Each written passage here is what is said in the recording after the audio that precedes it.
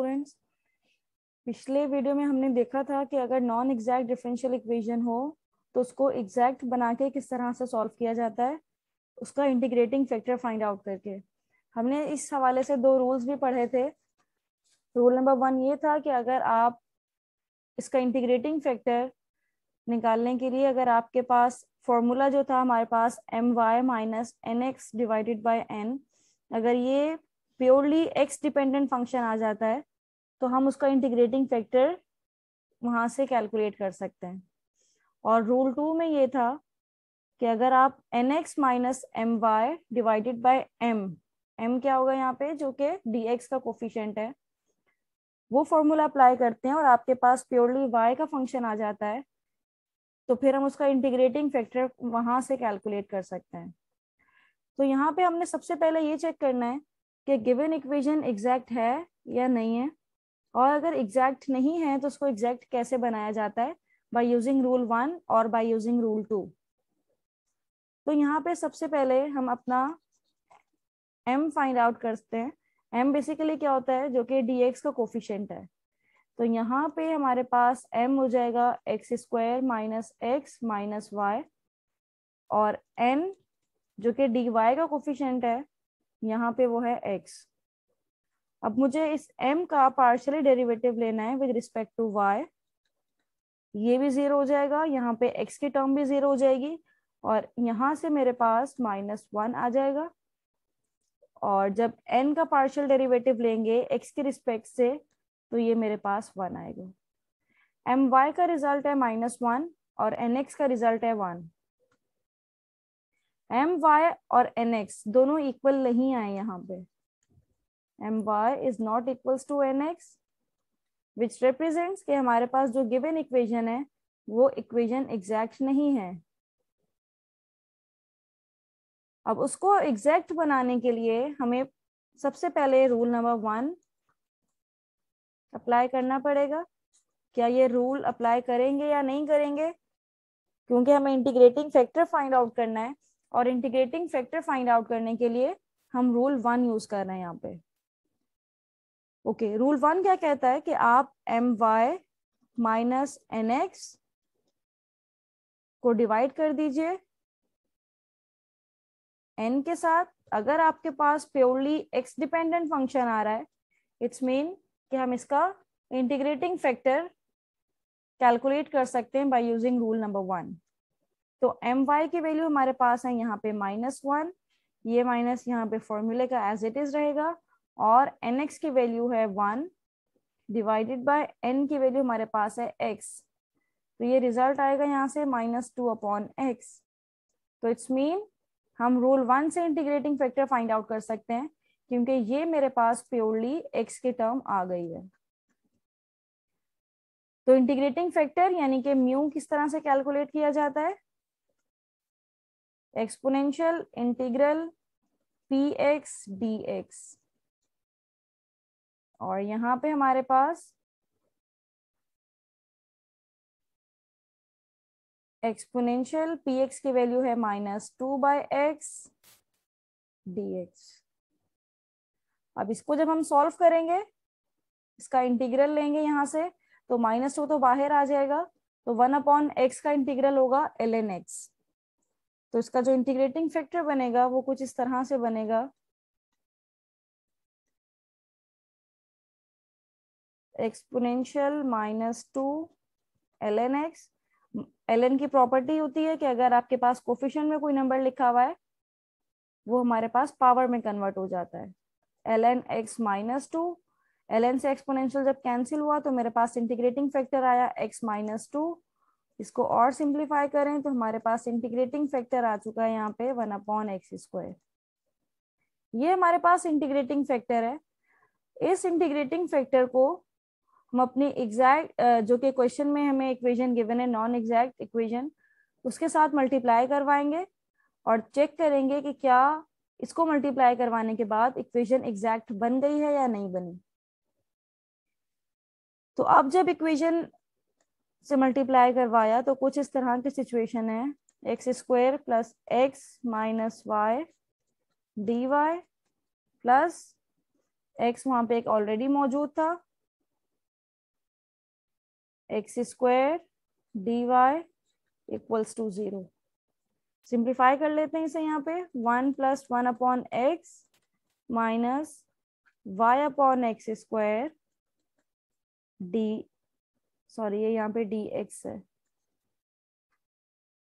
D x plus 1/x d y equals to 0। अब again अपना m और n यहाँ से निकालते हैं, तो ये मेरे पास है 1 + x माइनस, और n यहाँ पे है 1/x। m का partial derivative with respect to y, ये टर्म भी 0 हो जाएगी क्योंकि कांस्टेंट है, x की टर्म भी 0 हो जाएगी। यहाँ से मेरे पास रिजल्ट आएगा -1/x²। और n का डेरिवेटिव x के रिस्पेक्ट से, इसका डेरिवेटिव लेंगे तो ये हो जाएगा -1/x²। अब मेरे पास my और nx दोनों इक्वल आ गई हैं, विच मीन्स कि इंटीग्रेटिंग फैक्टर को मल्टीप्लाई करने के बाद हमारे पास जो इक्वेशन बनी है वो एग्जैक्ट डिफरेंशियल इक्वेशन बन गई है, क्योंकि my इक्वल है यहाँ पे nx के, which means the given equation is now exact differential equation. अब ये वाली डिफरेंशियल इक्वेशन जो कि एग्जैक्ट प्रूव हो गई है, हम उसको एग्जैक्ट वाले मेथड से सॉल्व कर लेते हैं। किस तरह से सॉल्व किया जाता है? सबसे पहले हमें दो इक्वेशंस बनानी पड़ती हैं, डावा f अपॉन डावा x equals to m and m is equals to 1 + 1/x minus y upon x²। This is equation number A and the second equation will be 1/x।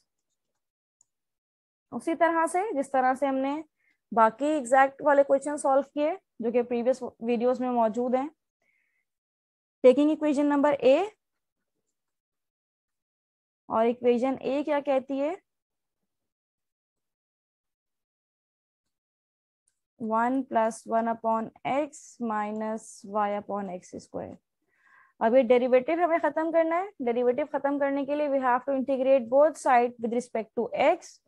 तो यहाँ से मेरे पास सिर्फ f रह जाएगा जो कि एक्स वाई का फंक्शन होगा, और जब इसको इंटीग्रेट करेंगे 1 + 1/x minus y upon x², x के रिस्पेक्ट से इंटीग्रेट किया है तो dx। इंटीग्रेशन से हमारे पास यहाँ पे क्या आ जाएगा? 1 का इंटीग्रल x, 1/x का इंटीग्रल ln x, और यहाँ पे x² है, नोमिनेटर में जब चला जाएगा तो ये y अपॉन x हो जाएगा, और मेरे पास जो कांस्टेंट ऑफ इंटीग्रेशन आएगा वो y डिपेंडेंट आएगा क्योंकि हम दो वेरिएबल्स पे काम कर रहे हैं। This is our equation number C। अब क्या करेंगे? इस इक्वेशन नंबर C में जो कि f की वैल्यू आई है, इसको इक्वेशन B के f में पुट कर देंगे। तो हमारे पास इक्वेशन बन जाएगी डावा अपॉन डावा y, वो f की वैल्यू जब यहाँ पे हमने इंसर्ट की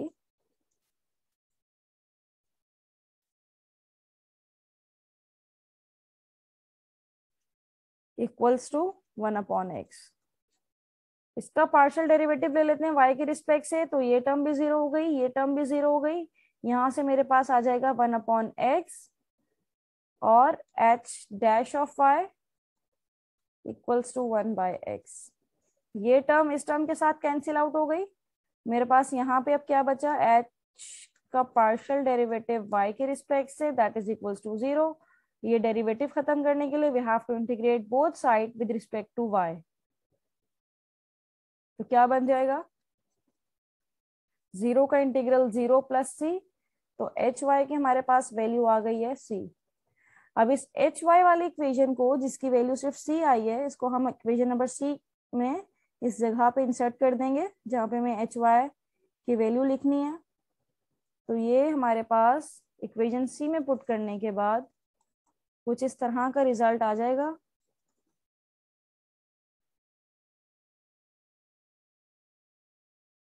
x + ln x plus y upon x plus c. This is the required result of the given non-exact differential equation. अब इसका एक और क्वेश्चन देख लेते हैं. नेक्स्ट क्वेश्चन हमारे पास क्या है यहाँ पे.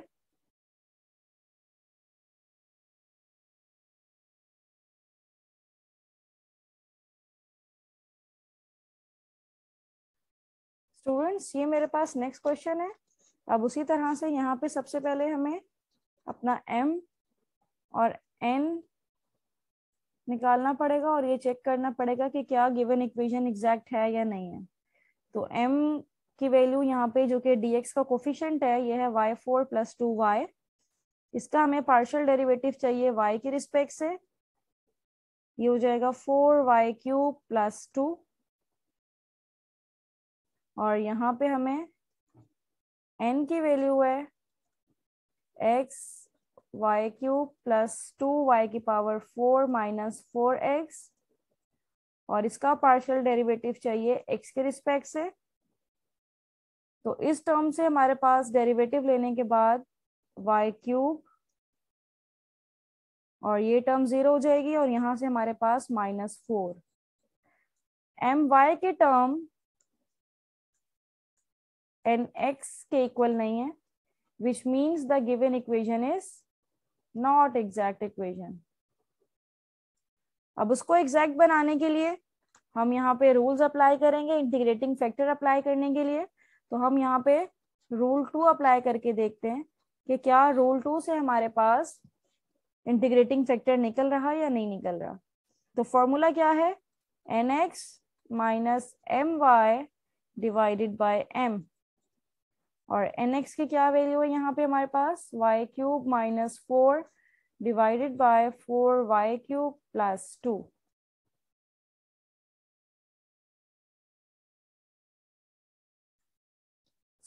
सॉरी, ये यहाँ पे my की वैल्यू यहाँ पे लिखी जाएगी -4y³ और इस माइनस की वजह से ये 2 हो जाएगा और इसके डिनोमिनेटर में m की वैल्यू आएगी. और m की वैल्यू क्या है y4 + 2y. इसको सॉल्व कर लेते हैं. ये 4y³ माइनस का और ये +y³. तो यहाँ से मेरे पास रिजल्ट आएगा -3y³ - 6 divided by y⁴ + 2y. अब यहाँ से -3 कॉमन आ रहा है. -3 कॉमन लेने के बाद ब्रैकेट में हमारे पास रहेगा y³ + 2 और यहाँ से y कॉमन लेने के बाद हमारे पास क्या रिजल्ट आ जाएगा y³ + 2. ये पूरा फैक्टर इससे कैंसिल आउट हुआ. तो मेरे पास यहाँ पे कंप्लीटली y डिपेंडेंट फंक्शन आ गया जिसको हमने qy का नाम दिया. तो हम रूल 2 के जरिए से हम इंटीग्रेटिंग फैक्टर यहाँ पे फाइंड आउट कर सकते हैं. तो इंटीग्रेटिंग फैक्टर किस तरह से फाइंड आउट होता है. इंटीग्रेटिंग फैक्टर फाइंड आउट करने के लिए हमारे पास फॉर्मूला मौजूद है एक्सपोनेंशियल इंटीग्रल -3/y dy. तो ये हो जाएगा एक्सपोनेंशियल -3 ln y हो जाएगा. तो यहाँ से इंटीग्रल का साइन खत्म हो जाएगा. ये हो जाएगा हमारे पास -3 ln y. -3 इसकी पावर में चला जाएगा according to the property of ln. ln से एक्सपोनेंशियल कैंसिल होने के बाद y -3. और अगर फर्दर सिंप्लीफाई करें तो मेरे पास जो फाइनल इंटीग्रेटिंग फैक्टर आ रहा है वो आ जाएगा 1/y³. This is the integrating factor. अब इस इंटीग्रेटिंग फैक्टर को हम मल्टीप्लाई करवाएंगे अपनी नॉन एग्जैक्ट डिफरेंशियल इक्वेशन से. तो हमारे पास जो इक्वेशन बन जाएगी वो कुछ इस तरह से बन जाएगी y³ + 2 divided by y²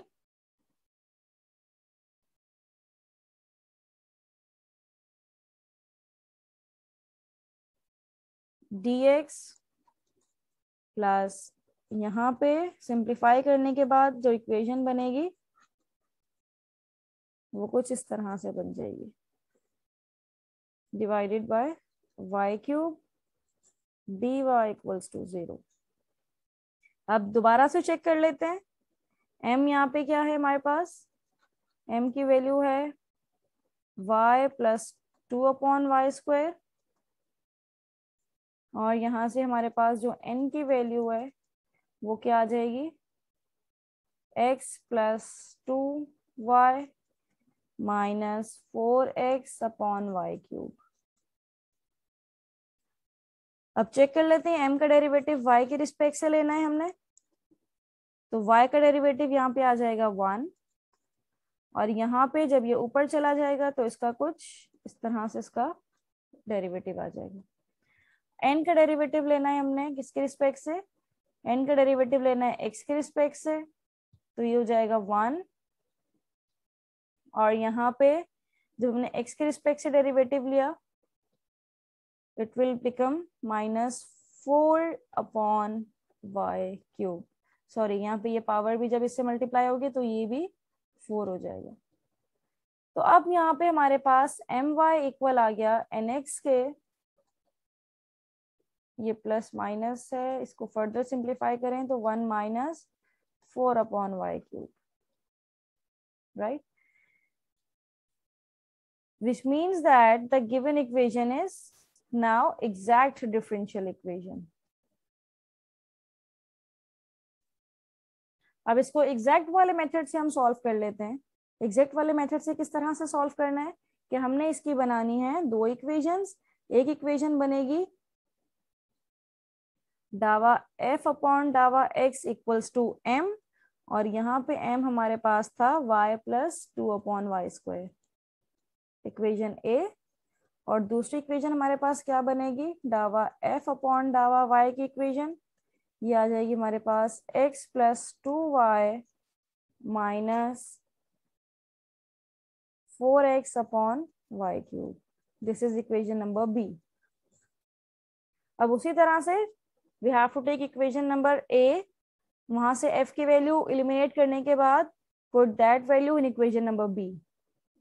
firstly we have to take equation number A, डावा f अपॉन डावा x equals to y plus 2 upon y square. Derivative खत्म करने के लिए we have to integrate both side with respect to x। We will get with respect to x, it will become xy plus 2 upon 2x upon y square plus constant of integration में y variable. This is equation number C. Now we have to put this value of f in equation number B. Then it will become, equation number B will become डावा over डावा y, और f की value हमारे पास यहाँ पे xy plus 2x upon y square plus h of y, it will equal to what, x plus 2y minus 4x upon y cube.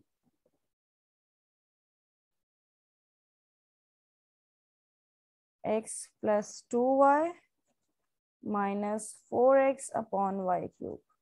Now we have to take the derivative of this side with respect to y.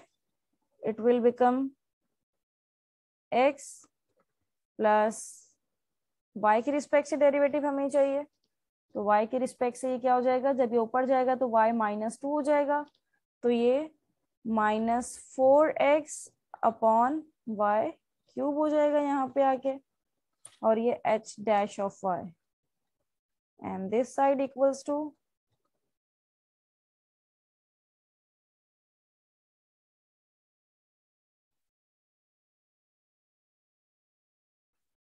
x की term x से cancel हो गई, minus 4x upon y cube ये cancel out हो गया, तो हमारे पास h डैश ऑफ y का रिजल्ट आया है 2y। यहाँ से डेरिवेटिव खत्म करने के लिए we have to integrate with respect to y, और यहाँ पे इंटीग्रेशन के बाद हमें मिल जाएगा वाई स्क्वायर प्लस सी। अब हमें क्या करना है, इस h ऑफ y की वैल्यू को उठाना है और put in equation number c, और इक्वेशन सी हमारे पास क्या थी, f of xy equals to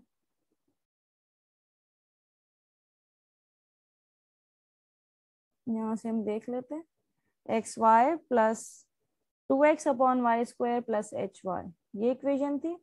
हम यहाँ पे x y plus 2x upon y square और एच ऑफ वाई की जगह पे y square plus c. Now this is the final result of the given differential equation, given non-exact differential equation.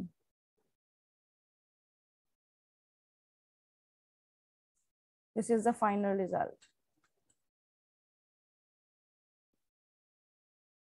तो students, हमने यहाँ पे एग्जैक्ट और non exact equation को किस तरह से एग्जैक्ट बनाया जाता है, ये सब एग्जांपल्स हमने यहाँ पे डिटेल से सॉल्व कर लिए हैं। प्रीवियस वीडियोस में भी कुछ एग्जांपल्स मौजूद हैं और इस वीडियो में भी हमने फर्दर एग्जांपल्स सॉल्व कर ली। इसके बाद मैं कुछ यहाँ पे आपको प्रैक्टिस क्वेश्चंस देती हूँ, अगर आप लोग इसको फर्दर ट्राई करना चाहें रूल 1 से, अगर रूल 1 एप्लीकेबल नहीं होता तो बाय यूजिंग रूल 2 हम उसको नॉन एग्जैक्ट को एग्जैक्ट बना सकते हैं। तो ये प्रैक्टिस क्वेश्चंस मैं दे रही हूँ आगे, तो आप इनकी प्रैक्टिस कीजिएगा। कोई प्रॉब्लम हो तो आप कमेंट बॉक्स में पूछ सकते हैं, तो इंशाल्लाह आई विल आंसर यू।